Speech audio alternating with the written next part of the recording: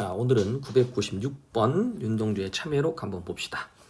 그동안에 워낙 윤동주 시를 많이 배워서 성찰적인 시, 그 다음에 본질적 자, 현상적 자의 뭐 대립 뭐 이런 것들, 그 다음에 부정적 현실 뭐 이런 것들을 우리가 봤었는데 참여록도 비슷한 시가 되겠지, 그지? 한번 체크해보면서 정리를 한번 해봅시다. 자, 그럼 첫 연부터 한번 볼게. 우리가 체크할 수 있는 부분들이 어떤 것들이 있는지.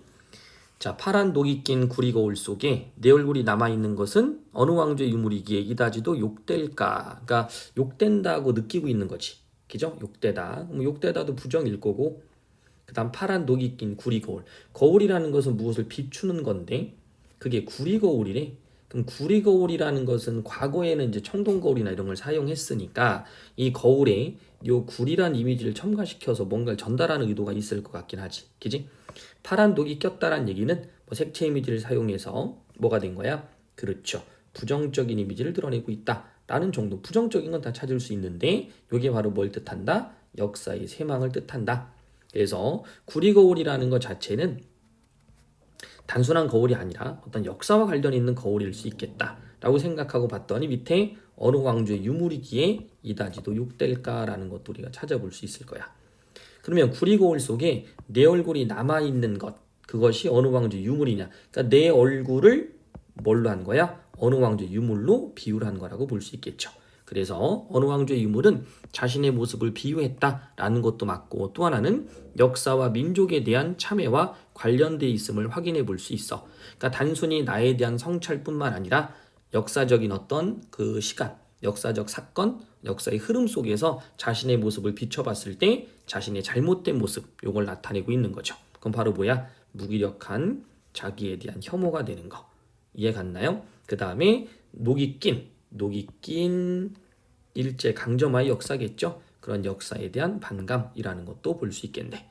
자, 그 다음. 그래서 나는 나의 참회의 글을 한 줄에 줄이자. 나라는 사람은 이제 어떻게 하겠다? 나의 참회의 글을 한 줄, 여러 줄도 아니야. 변명 같은 건 하지 않겠다 이런 뜻이야. 변명 들어놓지 않고 잘못을 단호하게 성찰하겠다 이 말이겠지. 한 줄에 줄이자, 뭐뭐 하자, 의지. 됐나요? 자, 줄표가 있고요. 과거의 모습이에요. 만이 14년 1개월을 무슨 기쁨을 바라 살아왔던가? 내가 지금까지 이렇게 살아왔는데 어떤 기쁨이나 있었냐? 왜? 지금까지 살아온 과거의 삶이 만국민으로서의 삶이었던 거잖아.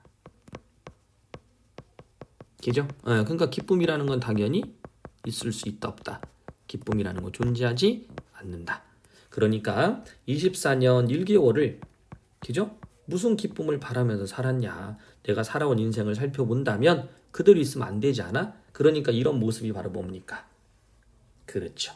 어느 왕조의 유물이 된 거죠. 내 얼굴에 남아있는 그 모습이 욕되다라고 생각한 거예요. 내일이나 모레나 그 어느 즐거운 날에 내일이나 모레나 그 어느 즐거운 날, 그 즐거운 날은 아마 광복의 날일 겁니다. 나는 또 한 줄의 참회록을 써야 한다. 왜? 분명히 참회를 했고 근데 또 한 줄의 참회를 써야 해? 써야 한다. 뭐뭐 해야 한다. 그래서 확신을 갖고 있네요. 미래에 다시 참회록을 써야 됨을 인식하고 있는 거예요. 자, 참회록을 쓰는 행위 속에는 당연히 반성이라는 게 존재한다는 뜻이겠지. 만약에 자신이 잘못한 게 하나도 없다면 자부심이 어떤 글을 썼을 건데 그렇지 않단 말이야. 됐죠? 반성하는 글을 쓰겠다는 얘기지. 왜 그럴까요? 그때 그 젊은 나이에, 이 젊은 나이는 바로 이 부분이에요. 됐지? 예. 어느 왕조의 유물이기에 이다지도 욕될까? 그래서 나는 참회의 글을 쓰겠다. 됐죠? 그래서 참회록을 쓴 겁니다. 근데 먼 미래에 나는 다시 그렇죠. 그때 그 젊은 나이에 왜 그런 부끄러운 고백을 했는가? 다시 한번 참회를 해야 한다 이 말이죠. 자, 요거예요. 중요한 겁니다. 참회록을 쓴 것이 부끄러운 게 아니고요. 참회록을 쓴 것이 부끄러운 것이 아니고 적극적 실천이 결여돼 있는 참회록만 썼다. 그러니까 이건 뭐예요? 그렇죠. 참회록을 쓰긴 했지만 그건 나라를 위해서 적극적 행동을 하지 못한. 됐죠? 그래서 적극적 실천이 결여된 것에 대한 부끄러움 이렇게 생각하면 돼요. 이해 갔나요? 적극적 실천이 없었던 것에 대한 부끄러움이다 라는 걸 난 다시 한번 반성하겠다. 자, 그럼 이제 어떻게 될까요? 그럼 아마 적극적 실천의 모습으로 나갈 수도 있을 거예요. 이제 완벽하게 깨닫게 되면. 자, 밤이면 밤마다 나의 거울을 손바닥 발바닥으로 닦아보자. 나의 거울. 자신의 내면일 겁니다. 이런 것도 자신의 내면을 또는 정신 세계를 또는 삶의 방식을 그죠? 구체화했다. 또는 상징적 소재를 했다. 손바닥 발바닥으로 닦아보자. 손, 발 모든 것으로 철저한 자기 성찰이야. 닦아보자. 그러면 이게 중요해요. 요거는 이제 뭐 선생님이 혼자의 생각일 수도 있겠지만 문맥으로 볼 땐 그냥 성찰을 하면이라고 해보는 게 좀 나을 거예요. 근데 문맥적으로는 다 동일해요. 자, 내가 어떤 거예요? 부정적인 상황에서 긍정적인 상황으로 나아가려는 성찰을 한다면 이렇게 읽어주는 건 다 동일해요. 그러면 어느 운석 밑으로 홀로 걸어가는 죽음의 이미지입니다. 어느 운석 밑으로 홀로 걸어 들어가는 슬픈 사람의 뒷모양이 나타나온다. 그래서 그러면이라는 걸 성찰로 바꾸는 거는 그죠? 뭐 자립선 이런 데 나오진 않지만 그렇게 인식하시면 좀 편해요. 됐죠? 그렇게 한다면 그래 성찰의 과정 이후의 모습에 어느 운석 밑으로 홀로 들어간다. 운석이 쭉 떨어지는데 그 밑으로 들어가면 그렇죠. 죽음이겠죠. 예. 자, 그렇게 걸어가는 슬픈 사람의 뒷모양. 그럼 무슨 뜻일 거예요? 자, 죽음을 맞이할 준비가 됐다는 얘기는 순교자적 자기희생의 태도입니다. 그럼 순교자적 자기희생의 태도를 지닐 수 있다는 얘기는 그렇죠. 성찰을 했기 때문이겠죠. 그래서 걸어가는 사람, 이 슬픈 사람은 바로 어떤 사람이에요? 그렇지. 바로 미래를 위해서 희생할 준비가 된 순교자적인 화자의 모습이다. 그래서 화자의 비극적 삶이라는 것은 맞다. 하지만 조국의 비극적 미래 암시를 하는 건 아니다. 왜? 나는 성찰하고 일제에 저항하면 당연히 어떻게 되겠어요? 죽음을 맞이하겠죠. 슬픈 사람이라는 것은 반성, 성찰을 했던 화자 자신의 부정적인 모습일 거고 또 하나는 뭘까요? 그렇죠. 미래에 자신의 죽음을 인식하되 하지만 그렇죠. 조국을 긍정으로 만들 수 있는 자아의 모습이다 라고 볼 수 있겠죠. 그 모습이 거울 속에 나타나온다. 그래서 거울 속에 비친 본질적인 자아의 모습이다. 이렇게 해주시면 될 것 같아요. 자, 마지막 부분의 해석이 좀 어렵습니다. 이렇게 정리 한번 해주시고 문제 다 풀었죠. 그죠? 자, 문제 풀 때 정확하게 정보 나눠주는 거, 어두운 시대 현실 속에서 무기력한 자신의 모습을 반성한 거 맞다고 볼 수 있고요. 선택지 구분해주고요. 현실에 적극적으로 대응하지 못했던 현재의 모습을 미래의 시점에서 반성했다. 좀 어렵죠. 어떻게 됐어요? 그렇죠. 이 부분일 거예요. 내일이나 모레나 그 즐거운 날에 나는 또 한 줄의 참회록을 써야 한다. 그래서 미래의 시점 확인할 수 있고요. 현재의 모습을 반성한다. 체크할 수 있고. 그 다음 슬픈 사람의 뒷모양은 현실의 문제에 대해 소극적이었던 화자의 과거 모습이다. 아니죠. 요거는 성찰한 이후의 모습이니까 바로 본질적인 모습에 가까운 자기의 모습이에요. 그래서 요거는 희생이 전제되어 있는 자아의 모습 이렇게 보시면 되겠죠. 시대 배경을 고려할 때 즐거운 날과 밤은 일제강점기. 즐거운 날은 긍정적인 거니까. 이때 밤은 일제강점기라고 볼 수 있겠지만 즐거운 날은 광복. 이렇게 두 개가 이미지가 대조된다. 시대 상황을 상징적 시어로 표현하고 있다. 맞죠? 밤 이런 거. 자연물에 생명력을 부여했다. 요거는 뭐 의인화 이런 거 없으니까 6번 X. 7번 요거 중요하죠? 자, 다시 한번 정리할게요.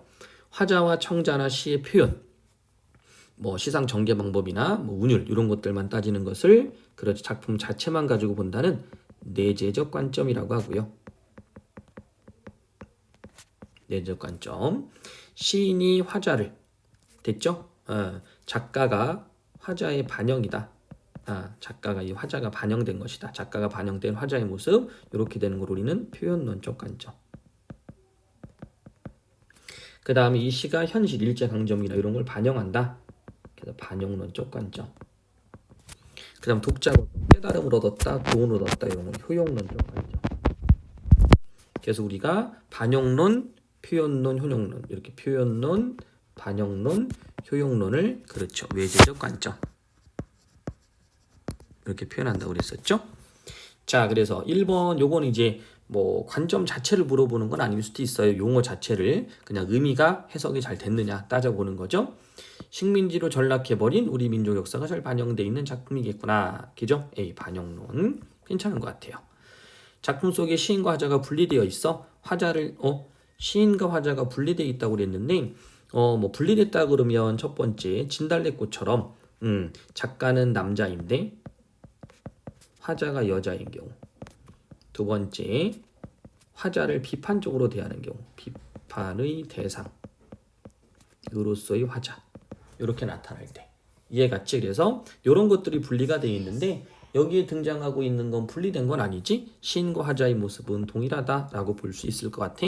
2번은 틀렸다고 볼 수 있겠는데 그 다음 화자를 작품 표면에 드러내요. 그죠? 화자가 겪는 내적 갈등을 자 우선은 표면에 드러냈냐? 나라는 말이 있으면 되는 거죠. 나라는 거 이제 중간에 우리가 찾을 수 있었죠. 나. 그 다음 작품 속의 청자를 따로 설정하진 않았고요. 독백적인 느낌을 준다. 자 독자들은 이라고 깨달은 논인 거죠.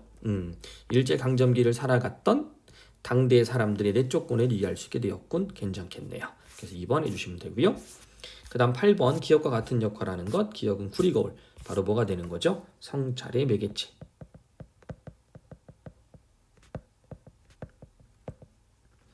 고등학교 때는 이런 시험들이 좀 많이 나오니까 두 가지 능력이 필요해요. 하나는 딱 보자마자 답이 나올 수 있는 그런 선택지도 좀 고를 수 있어야 하고요. 두 번째는 그렇죠. 문맥을 읽고 분석할 수 있는 능력. 자, 플라타나스 먼 길 홀로 울지 홀로 되어 외로울 때 그러면 먼 길로 흘러와요. 자, 요럴 때 그때 플라타나스 너는 그 길을 나와 함께 걸었다. 그럼 뭐 한 거예요? 그렇죠. 이렇게 힘든 상황을 함께 걸어줬다. 그러면 그렇죠. 동반자. 길이라는 걸 인생, 삶이라고 본다면 인생의 동반자. 뭐 이렇게 되겠네요. 2번. 활자는 반짝거리면서 하늘 아래서 간간히 자유를 말하는데 그런데 이렇게 된 거지.